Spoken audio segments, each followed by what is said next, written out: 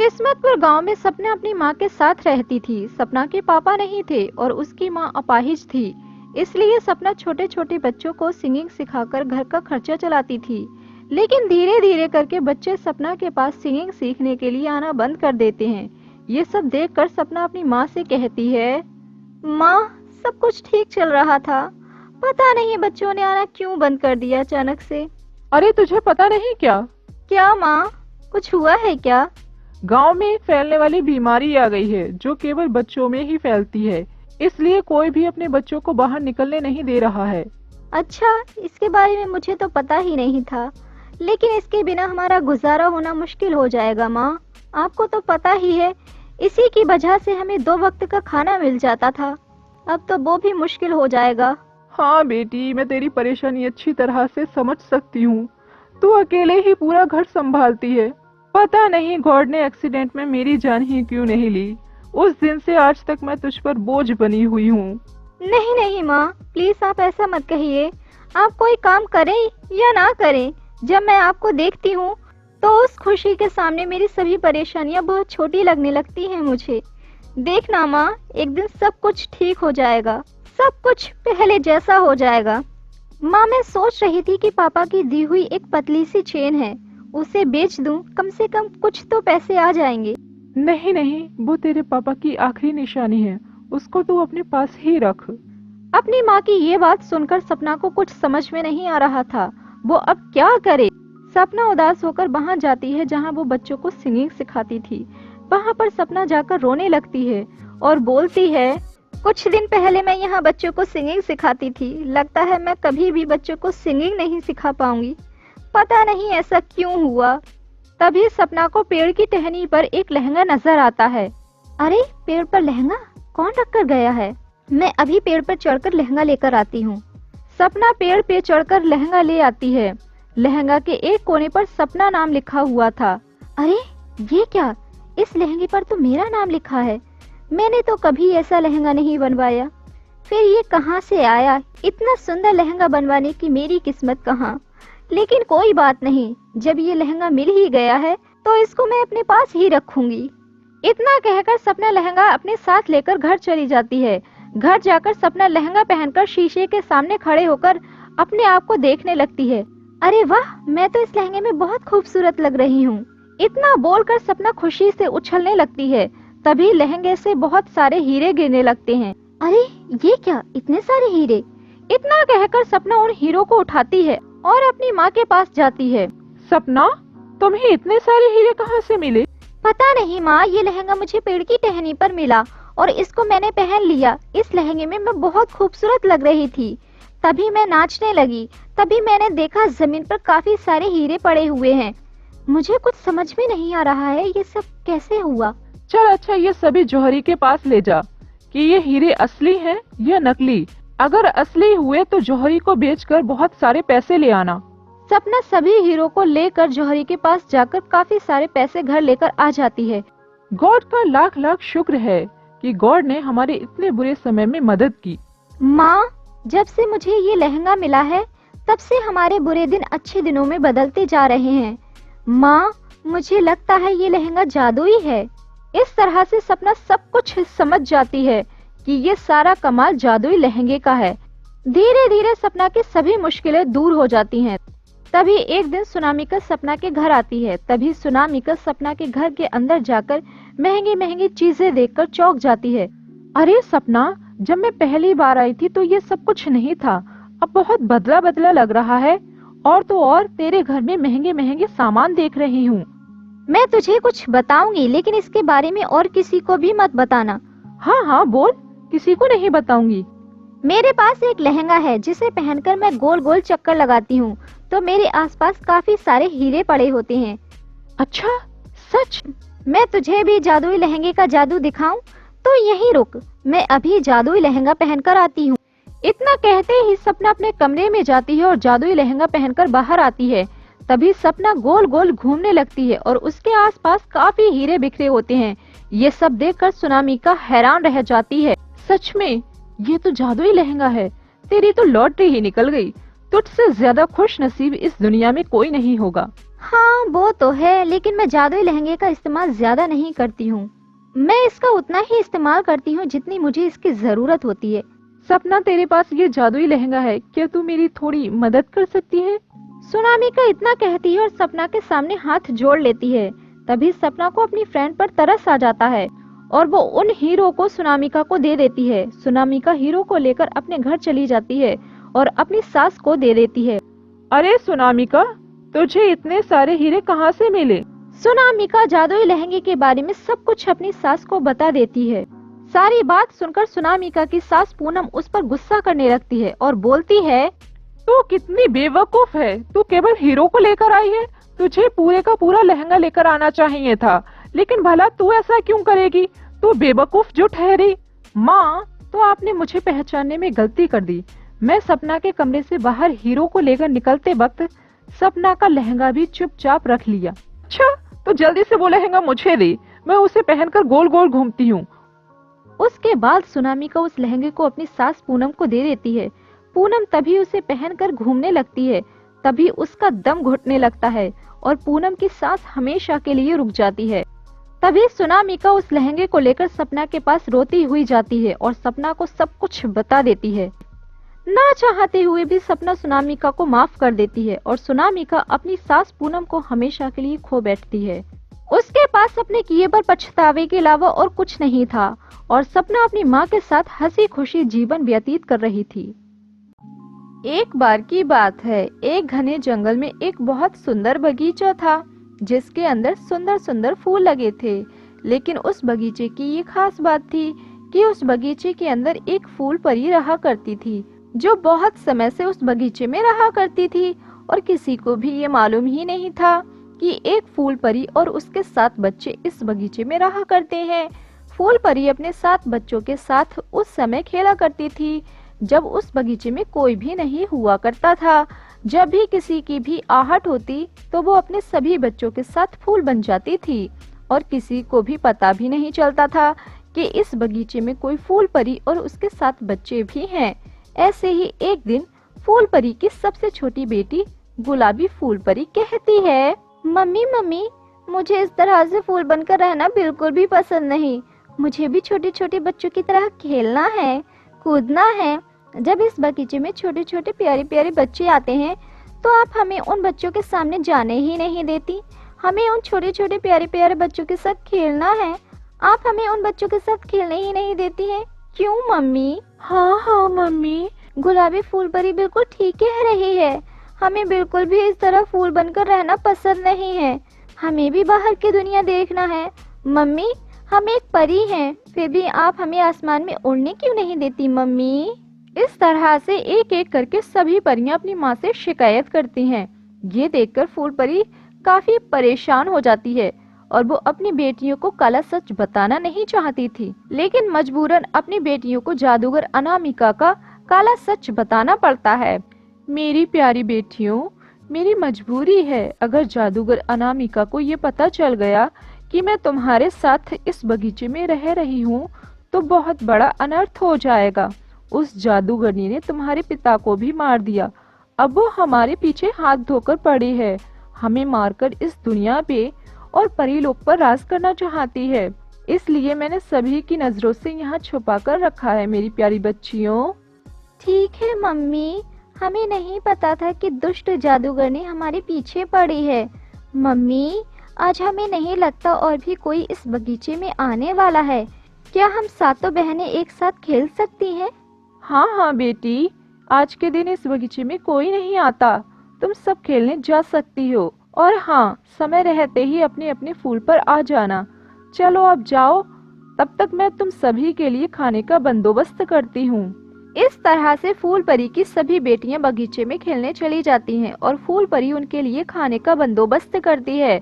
दोपहर से शाम हो जाती है, लेकिन सभी परियों को खेलने में पता ही नहीं रहता कि कितना ज्यादा समय हो गया है। तभी अचानक बगीचे में 2 लड़कियां आ जाती हैं और वो छोटी छोटी 7 परियों को देखकर कहती हैं, अरे देखो सुनैना, इस बगीचे में 7 छोटी छोटी परियां कितनी सुंदर लग रही हैं, बिल्कुल इंद्रधनुष लग रही हैं, लाल पीली गुलाबी नीली। अरे हाँ काजल, मैं अपनी जिंदगी में ये अद्भुत नजारा पहली बार देख रही हूँ। तुम बिल्कुल ठीक कह रही हो। चलो छोटी छोटी परियों को पकड़ते हैं, बहुत मजा आएगा और सबको दिखाएंगे। अरे गुलाबी परी, ये क्या हो गया? इन लड़कियों ने तो हमें खेलते हुए देख लिया। अगर हमें ये पकड़कर ले गईं, तो हमारे साथ पता नहीं क्या करेंगी। अब हम क्या करें? मेरे तो कुछ भी समझ में नहीं आ रहा है। हमने मम्मी से वादा किया था, हमारा ये राज हम किसी के भी सामने नहीं आने देंगे, लेकिन ये क्या हो गया?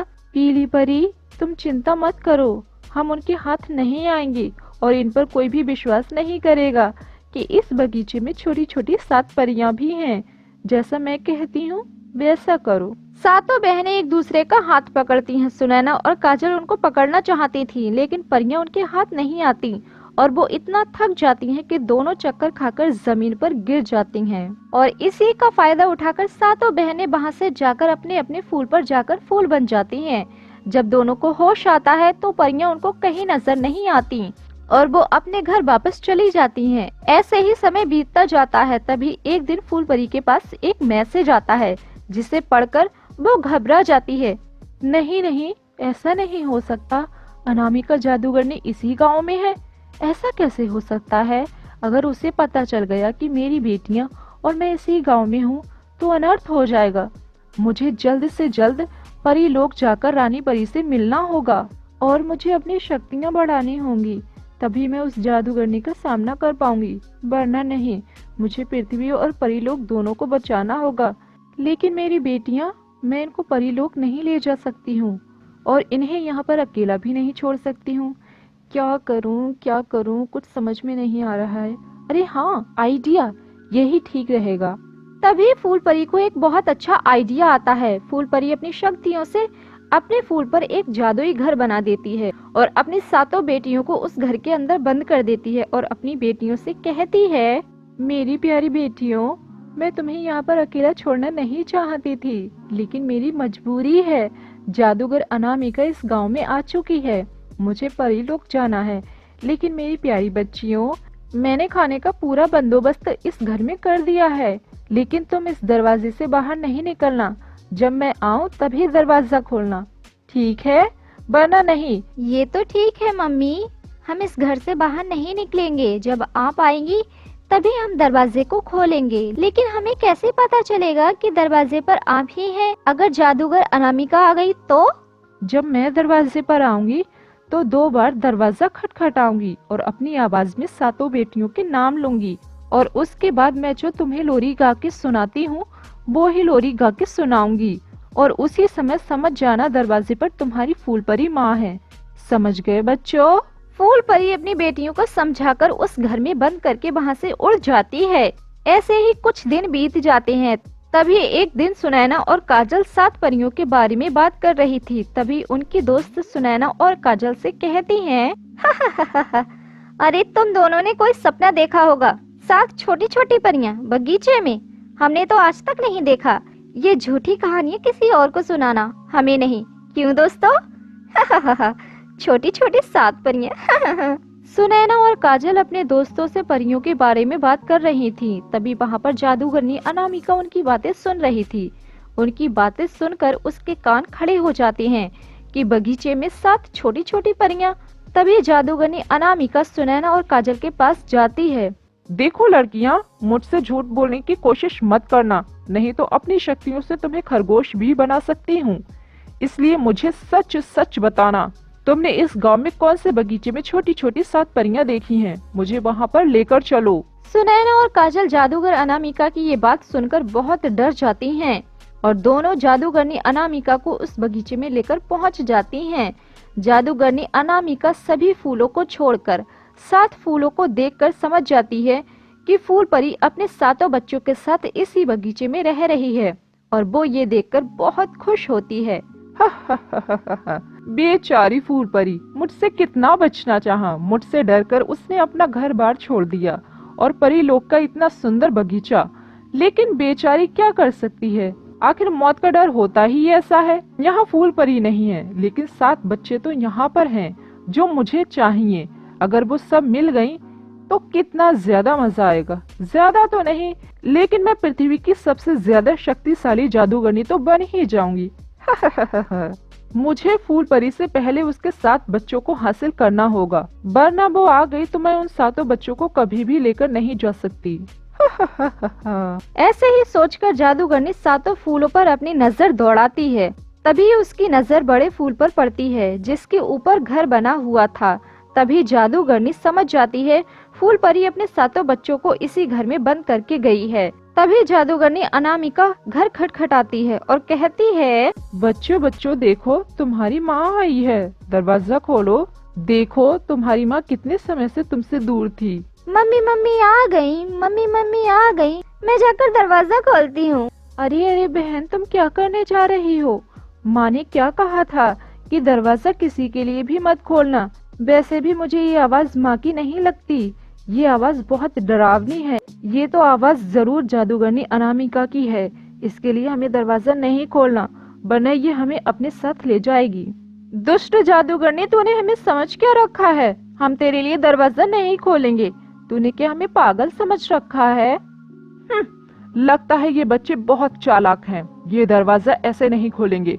मैं भी देखती हूँ ये बच्चे दरवाजा कब तक नहीं खोलेंगे। मैं यहाँ इस फूल के नीचे बैठी रहूंगी। यही सोचकर जादूगरनी वहाँ बैठ जाती है। तभी 7 बहनें आपस में बातें करती हैं कि उनकी माँ ने दरवाजा खोलने के लिए क्या कहा था।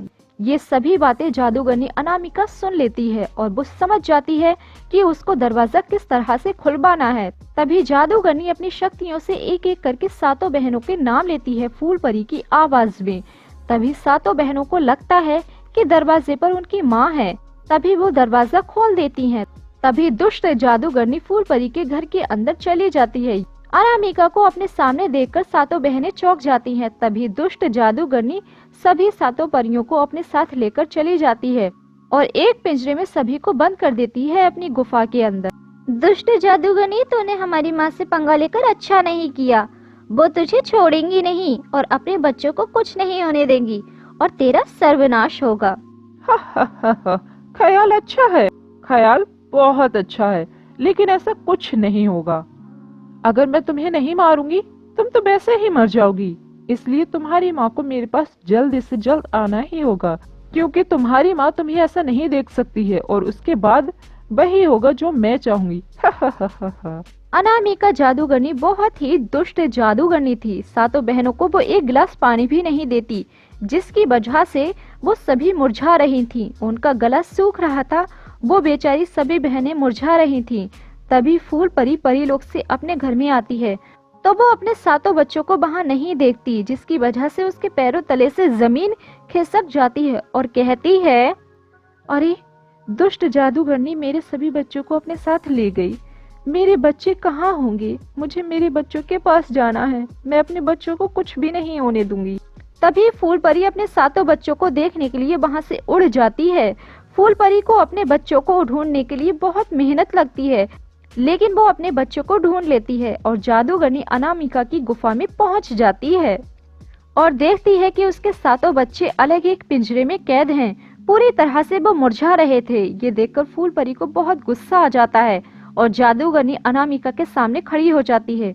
आओ आओ फूल परी, तुमने मेरा सारा इंतजार खत्म कर दिया। देखो अपने प्यारे बच्चों को, जो पूरी तरह से मुरझा रहे हैं। बस तुम्हारा ही इंतजार था। दुष्ट जादूगरनी, अब मैं तुझे नहीं छोड़ूंगी। तेरा सर्वनाश होगा। अगर मेरी सारी शक्तियाँ खत्म हो जाती हैं या मैं मर भी जाती हूँ तो मुझे कुछ भी गम नहीं होगा, लेकिन मैं अपने बच्चों को जरा सी भी आंच नहीं आने दूंगी। आज तो तेरा सर्वनाश होकर ही रहेगा। जादूगरनी के बड़े बड़े शैतान फूल परी के आगे खड़े हो जाते हैं। उन सभी का सामना करना बहुत मुश्किल होता है, लेकिन वो रानी परी से शक्तियाँ लेकर आती है। मुश्किल से ही सही, लेकिन एक एक करके सबका सर्वनाश कर देती है। लेकिन जादूगरनी बहुत ताकतवर थी और फूल परी कमजोर हो जाती है। अपनी माँ को मरता देख 7 बहनें रोने लगती हैं। तभी गुलाबी परी अपनी सभी बहनों से कहती है, मेरी प्यारी बहनों, हम अपनी माँ को इस तरह से मरता नहीं देख सकते। नीली परी, तुम किसी भी तरह से जादूगरनी अनामिका का आईना तोड़ सकती हो। वो तुम्हारे पास ही है। अगर ये आईना टूट जाएगा तो हम इस पिंजरे से आजाद हो जाएंगे। हम अपनी माँ के बिना कुछ भी नहीं। और हम उन्हें कुछ भी नहीं होने देंगे। हम एक साथ हैं, एक साथ रहेंगे। नीली परी किसी भी तरह से आईना तोड़ देती है और सभी बहनें पिंजरे से आजाद होकर जादूगरनी अनामिका के सामने आ जाती हैं और सातों बहनें उससे लड़ती हैं और 2 बहनें जख्मी भी हो जाती हैं। तभी फूल परी को थोड़ी हिम्मत मिलती है, वो भी जादूगरनी से लड़ने के लिए उसके सामने खड़ी हो जाती है। ऐसे ही कुछ समय लड़ाई चलती रहती है। तभी जादूगरनी अनामिका का अंत हो जाता है। तभी फूल परी अपने सातों बच्चों को पानी देती है और खुद भी पानी पीती है। सबके अंदर जान आ जाती है और वो सब अपने बगीचे में पहुंच जाते हैं। तभी फूल परी अपनी बेटियों से कहती है, मेरी प्यारी बेटियों, आज तुम्हारी वजह से हम जादूगरनी अनामिका के डर से आजाद हो गए। मेरी बेटियां बहुत ही बहादुर हैं। अब हम आसमान में उड़ भी सकते हैं। अब हमें फूल बनकर इस बगीचे में नहीं रहना पड़ेगा। अब तुम्हें किसी से डरने की कोई जरूरत नहीं है। मेरी प्यारी बेटियों, हमने जादूगरनी का अंत कर दिया। अब तुम आजाद हो। अपनी माँ की ये बात सुनकर सभी फूल परियां बहुत खुश हो जाती हैं। उन्हें आजादी चाहिए थी और उन्हें आजादी मिल जाती है। अब वो खुलकर उड़ रही थीं, वो खुलकर सांस ले रही थीं। इसी तरह अब वो सभी परियां आजादी से अपना जीवन व्यतीत कर रही थीं।